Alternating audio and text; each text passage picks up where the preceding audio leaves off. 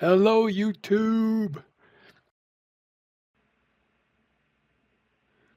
Welcome to part 1 of my build of the amazing Star Destroyer bridge from Charveys3D. In this video, I will show you where to purchase and download the STL files, how I set up my slicer software settings, and the resulting prints.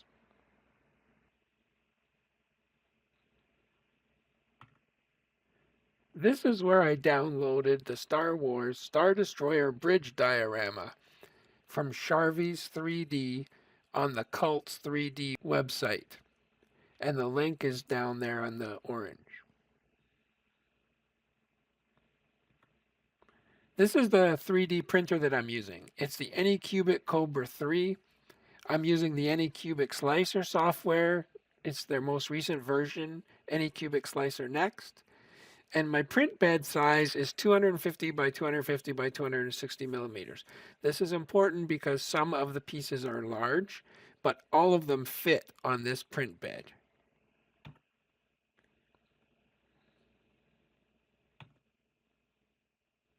So for the filament settings, I made a few changes. Under filament tab, I decreased the other layers and the first layer print temperature to 200 because it reduces stringing. And I increased the print bed temperature to 63 from 60, which was the default, because it helps with bed adhesion. For cooling, I also put no cooling for the first layer, and I want the full fan speed at every layer after that, again to increase bed adhesion, and I'll talk more about that later.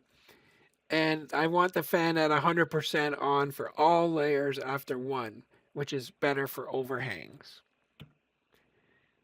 And finally, under setting overrides, I enabled retraction so that the nozzle does not hit the print. So the length of 1 millimeter, Z hop of 1 millimeter, and retraction speed of 50. I had to set those because that was off by default. So for the actual print settings, these are the settings that I use for the quality tab. And I'm just going to show you all of them, and I'll leave it for a second, but I won't go over it. So here's strength,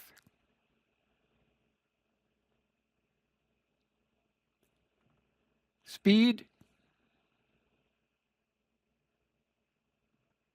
support,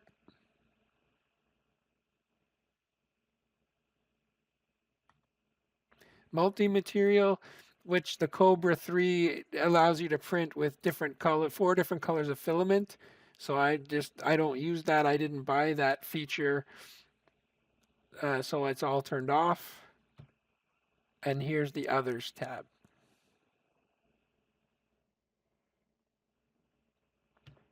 The other thing I did that I think is critical and it makes a great difference is I turned on variable layer control. So for all the pieces, I would select the object, I'd click the variable layer height icon, and I'd set it to 0 under adaptive and then click the adaptive button. And then it will print the pieces that need more attention and they have more shapes to them. They'll have a lower layer height, and then the straight up pieces like the bases will have a higher layer height, which prints faster. So for filament usage and print times. In this model, there's 12 main pieces that make up the Star Destroyer bridge, and then there's some smaller pieces for data computers. So here I have them all numbered. And for number 1, so SDB space 1.stl, the STL file, this is how I set it up in my slicer.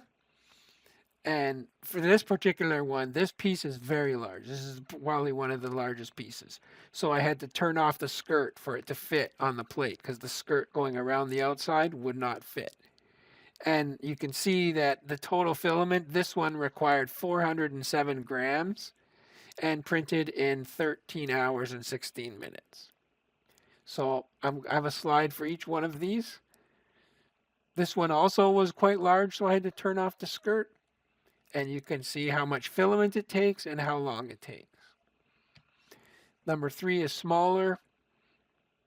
So these, and every piece after this, I was able to use the skirt. The skirt was very important for me. I was having a lot of problems with it sticking to the build plate because a lot of these are large pieces and they take a long time to print and things were falling off. So from here on in, I used a skirt. And you could see that in my settings slide earlier. So this was a 4 hour and 10-minute print. There's 2 of them that are similar. Now, STB 5 and 6 were a little bit problematic to print because they were very tall and they took a long time to print. And the tree supports kept falling over before they had a chance to connect to the top. So what I did for these 2 was I used the slicer to cut them in half. So you can see here, here's the top half of number 5 and the bottom half of number 5. And the top of number 6 and the bottom of number 6. So when I printed them this way, no problem. Here's number 7, 274 grams of filament, 8 hours and 6 minutes to print. Here's number 8, 9, 10, 11, and 12. So I made a table. So if you take them all, including the 2 that I had to cut in half, this project required 3.5 spools of filament, and there was a total of 110 hours and a half of printing time. For the smaller detailed objects, I used all the same settings, but I slowed down the speed to 50. So on the speed tab, you'll see that everything is set to 50 millimeters per second. So here are the data pit chairs, and you needed 9 of them for this build. So I put all 9 on a plate, and that's 7 grams of filament and just under an hour to print. So 9 chairs. These are the chair seats. We needed 5 data pit computers, the large one. This was a 15-hour print. It only uses 156 grams of filament, but remember, we set these to 50 millimeters per second, so it's a very slow print, and I use variable layer height. There's a lot of detail here, so instead of using a resin printer, I'm using my FDM Cobra 3. Worked out great, but it just takes a long time. And these little guys were a little bit less, 5 hours and 28 minutes, and just 60 grams of filament. And you only need 4 of these for the build as shown in Charveys' picture, so that's what I did all at the same time.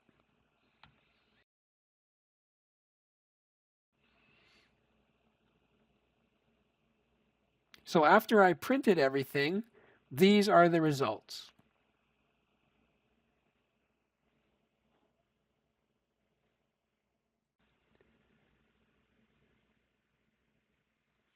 Now, in this project, there's something that I haven't told you yet that I had to do.